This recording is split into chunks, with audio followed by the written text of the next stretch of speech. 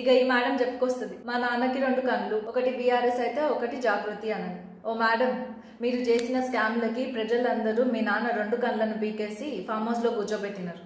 మీరు చేసిన స్కామ్లు అన్నో ఎన్నో కాదు, మీ నాయన మీ అన్న చేసిన స్కామ్లు, ఆ ఫోన్ ట్యాపింగ్లు, కాళేశ్వరం ప్రాజెక్ట్ కేసు, విద్యుత్ కొనుగోలు, డ్రగ్ కేసులు, ఇవన్నీ ఒక ఎత్తు అయితే దేశ రాజధాని అయిన ఢిల్లీలో మన తెలంగాణ పరువు తీసిన లిక్కర్ రానివి నువ్వు. ఇక మీరు ముగ్గురు ఫామ్ హౌస్ లో కూర్చొని చేసిన పాపాలను ప్రాయశ్చిత్తం చేసుకుంటూ అట్లీస్ట్ దయ్యాల నుంచి మనుషులుగా మారడానికి ట్రై చేయండి. ఇక ఈ మేడం గొప్పగా చెప్పుకుంటది, జాగృతి జాగృతి అంటే మా నాయన కన్ను, మా నాయన కోసమే ఇంకో పార్టీ ఆఫీస్ ఓపెన్ చేసినా అని.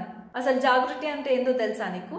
తెలంగాణలో ఆడపిల్ల పెళ్లి అయిన తర్వాత తన అత్తమామ లేకపోతే భర్త పేరు తన పేరు ముందు పెట్టుకుంటది. కానీ ఇక్కడ కల్వకుంట్ల కవిత, ఇదాని జాగృతి అంటే? లిక్కర్ స్కామ్లు చేసి తెలంగాణ రాష్ట్ర పరువు తీసి మళ్ళీ ఇక్కడ వచ్చి ఏ మొహం పెట్టుకుని జాగృతి అంటున్నావో నీకే తెలియాలి. అంటే ఇక్కడ కూడా లిక్కర్ స్కామ్ స్టార్ట్ చేద్దామన్నా?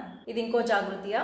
అక్కడ తోడబుట్టిన అన్ననే చెల్లి పైన కుట్ర పొందుతూ అది కుమాలిన బీఆర్ఎస్ పార్టీ ఒకటైతే, ఇక్కడ తన సొంత పార్టీ మీదే ఆరోపణలు చేస్తూ వాళ్ళు దయ్యాలు వీళ్ళు దయ్యాలు, నన్ను పార్టీ నుంచి తరిమి కొట్టాలనుకుంటున్నారు, మా నాయనని కాపాడుకోవడానికనే ఉన్నాను నేను ఇక్కడ, ఇంకో ఆఫీస్ ఓపెన్ చేశాను, మా నాయన మీద ఈగ కూడా వాళ్ళనివ్వను, దోమలు కూడా పడనివ్వను, మా నాయన పేరు అందుకే వాడుకుంటున్నాను, కల్వకుంట్ల కవిత, మా నాయనకి ముప్పు ఉంది, ఆపద ఉంది, మీ సేఫ్టీకి మీకే దిక్కు లేదు మీ పార్టీలో, ఇంకా మీరు జాగృతి పేరుతో తెలంగాణ జాగృతి చేస్తారా?